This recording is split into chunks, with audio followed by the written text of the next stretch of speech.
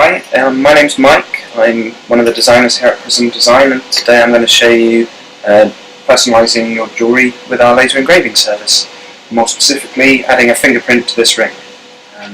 We have received a collection of fingerprints from the customer. Now, not all of these are usable. For example, this one here is too smudged to be used. What we're ideally looking for, although faint, is the clearly defined ridge detail, and that will make it for the best possible engraving. Now what I have to do is select and isolate the individual fingerprint that we want to use.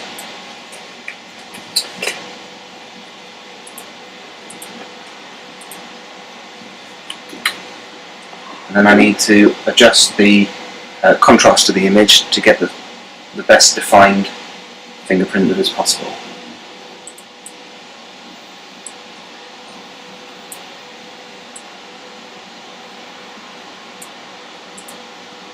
And then further to this, I need to sharpen the image as much as possible. Once I'm happy with the result, I then need to take that from Photoshop to Illustrator and apply it to the ring. Here we've got the fingerprint rotated and cropped to fit the ring. This box here is the circumference of the ring laid out flat. Now I need to take it from this blurry pixelated image to a smooth vector image so that the engraving machine will understand it. And to do that, I use a function called tracing, and this converts it into vectors.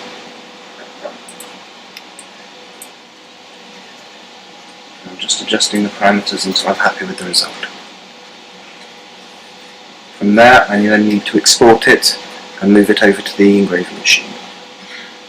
Okay, we're now over at the engraving machine, which is run by this laptop here, and we're going to engrave the fingerprint that I produced earlier onto this ring. So I now need to take some precise measurements of the ring and input the data into the software. I want to do it on the outside of the ring. It's now asking me for the diameter and the width of the ring.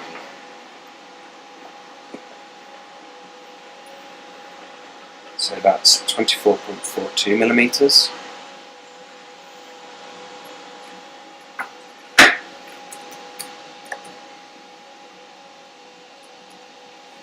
And the width of the ring is 8.11 millimeters.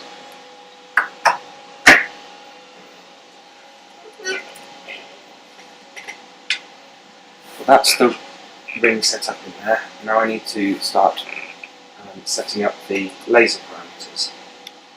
To do that, we've pre-made a number of parameters already, so I'm just going to select the titanium one as we're engraving on the titanium.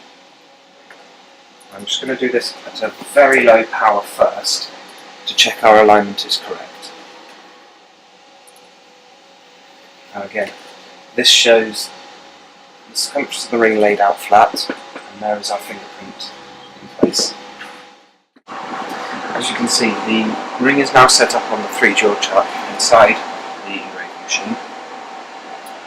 Now I'm just going to align the print to the ring. I'm going to start with a very light pass to check the location. Now that that's done, I'll take off the ring and check the alignment. I'm happy with that, and as you can see, the fingerprint is now lightly marked onto the ring. That's very good, but we needed a much heavier mark in order to survive the wear and tear that the ring will sustain during its life. So I'm now going to put it back onto the ring marking module and engrave it much more deeply. Okay, with the ring back on the ring marking module, I just need to adjust the parameters to a much more aggressive cut.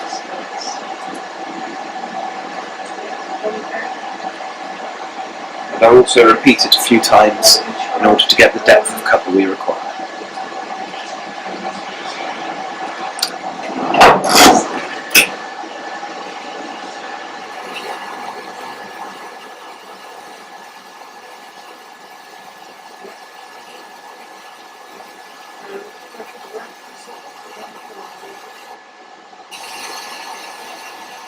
Now this will continue to run for approximately 5 to 10 minutes until the fingerprint is fully cut into the ring. Once done, it will need to be emeryed back and then finished up in the workshop. And that's the customer's ring engraved with the fingerprint and cleaned up. So it's all now finished and that can go off to the customer. It's getting a bit close, I think.